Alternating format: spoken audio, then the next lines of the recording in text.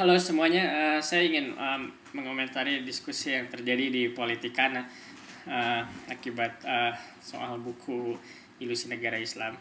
Uh, saya sedang menulis disertasi, jadi saya bosan dan capek menulis, jadi saya bicara saja. Tapi saya tidak akan membahas isi kontroversinya. Yang menarik adalah kita tahu lagi-lagi di Indonesia salah satu debat publik yang banyak terjadi adalah tuduhan-tuduhan bahwa pihak lawannya itu adalah pihak didukung oleh asing. Asingnya ini bisa Amerika, Barat, Yahudi, IMF, atau Arab Saudi. Intinya adalah yang ingin saya sampaikan adalah perdebatan ini terjadi dengan retorika yang menggunakan ancaman asing gitu.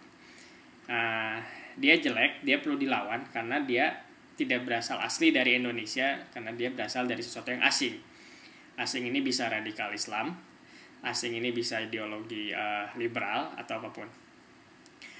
Dan ini ternyata cukup umum cara berpikir melihat ancaman asing ini, karena saya pernah mendatangi sebuah seminar di Columbia di New York sini tentang seorang peneliti yang sedang melakukan penelitian di Indonesia mengenai bagaimana pihak intelijen Indonesia melihat ancaman untuk Indonesia. Yang menarik adalah para staf atau pemikir atau petugas intelijen ini mengkategorikan ancaman bahwa ancaman buat Indonesia itu seluruhnya berasal dari asing. Mereka sebut Marxisme ancaman karena asing, komunisme ancaman karena berasal dari negara asing, Hizbut Tahrir ancaman karena berasal dari negara asing, neoliberalisme ancaman karena asing, Ikhwanul Muslimin ancaman karena asing, gerakan Tarbiyah pun disebut ancaman karena itu berasal asing, termasuk demokrasi karena itu berasal asing juga. Yang menarik, FPI itu tidak disebut ancaman meskipun kita tahu FPI melakukan kekerasan karena dia bukan asing. Jadi kategori ancaman itu sepertinya lebih ke apakah asing atau tidak, bukan kekerasan atau tidak.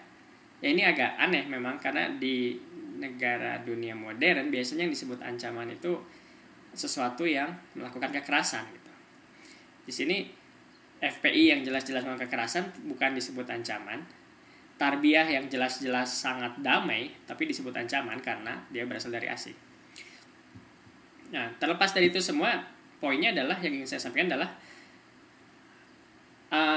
mindset atau cara berpikir bahwa sesuatu yang buruk itu selalu berasal dari asing itu ada di mana-mana. Tentu ini bermasalah karena sesuatu yang buruk tidak selalu berasal dari luar kita, tapi kadang dari dalam diri kita sendiri sesuatu yang buruk itu muncul. Dan itu hal yang paling sulit kita lihat gitu. Tapi kalau mau kita lihat dengan kacamata positif, mungkin ini saya bisa juga melihatnya sebagai suatu rasa memiliki, rasa kebanggaan, mungkin nasionalisme terhadap Indonesia yang luar biasa. Jadi saya pikir ini sebetulnya bisa dilihat sebagai indikasi, meskipun kadang dipakai bukan dengan cara yang baik, tapi nasionalisme Indonesia itu sesuatu yang luar biasa gitu. Fakta bahwa Indonesia masih ada sampai sekarang, tidak pecah, tidak terjadi perang saudara dalam skala besar, itu menurut saya itu suatu fakta luar biasa gitu. Dan saya sangat kagum dan salut akan hal itu. Jadi saya pikir memang nasionalisme ini sesuatu modal Indonesia, perekat Indonesia, yang sepengetahuan saya itu sulit didapatkan di negara lain gitu. Bahwa kelebihan Indonesia menurut saya itu ada suatu perekat yang entah apa ya, kita sebut saja nasionalisme, yang membuat kita semua selalu bersama meskipun kita saling berantem, kadang gontok-gontokan, tapi ya kita tetap ada dalam satu kapal Indonesia ini gitu. Dan ini mungkin tidak heran karena mungkin ini hasil perjuangan para pendiri negara kita yang memakai nasionalisme untuk melawan memerdekakan negara kita dan berhasil.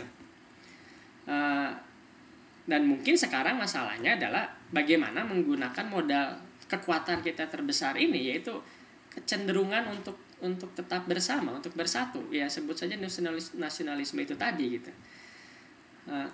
Kita sudah mengusir penjajah, ya tentu masih banyak penjajah lain, tapi menurut saya mungkin fokusnya adalah sekarang kita harus berubah fokus untuk nasionalisme ini.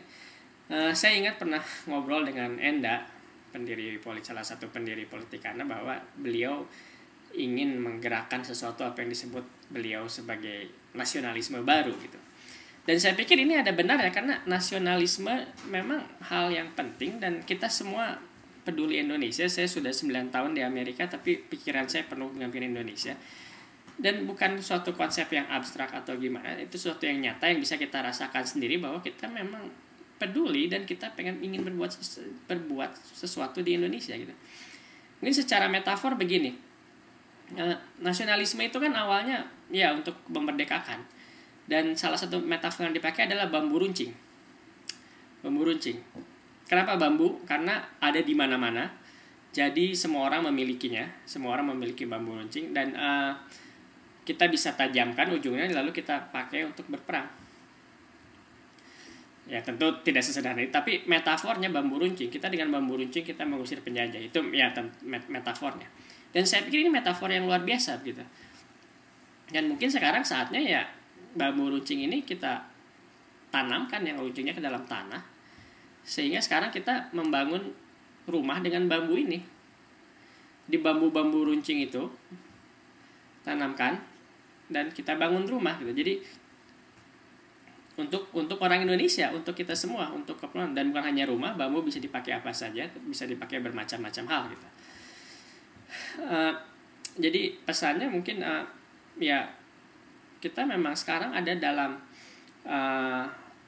masa yang baru ya, karena secara fisik kita tidak berperang menggunakan bambu runcing. Kita sudah mempunyai ruang-ruang demokratis, kita bisa berdebat bebas, ide-ide itu sesuatu yang luar biasa, dan kita masih belajar cara berdebat tapi itu suatu modal yang penting, yang membuat saya optimis gitu. Tapi mungkin memang sekarang saatnya kita memulai pekerjaan yang melelahkan dan mungkin membosankan dan tidak romantis, yaitu ya membangun institusi, membangun rumah kita ini. Membangun rumah ini kan kedengarannya memang tidak seksi dibanding dengan berperang melawan bambu runcing, menusuk orang atau bagaimana. Tapi lebih membosankan. Tapi itulah menurut saya tugas tantangan kita sekarang itu. Membangun, dan tentu kita masih, bukan berarti tidak ada lawan, tentu lawan selalu ada, yaitu ketidakadilan yang ada di masyarakat kita sendiri gitu. Tapi intinya yang ingin sampaikan, saya pikir Indonesia mempunyai modal positif yang luar biasa, yaitu nasionalisme yang harus kita cari formulasinya yang sesuai dengan masa sekarang. Ya, sekian aja. Terima kasih.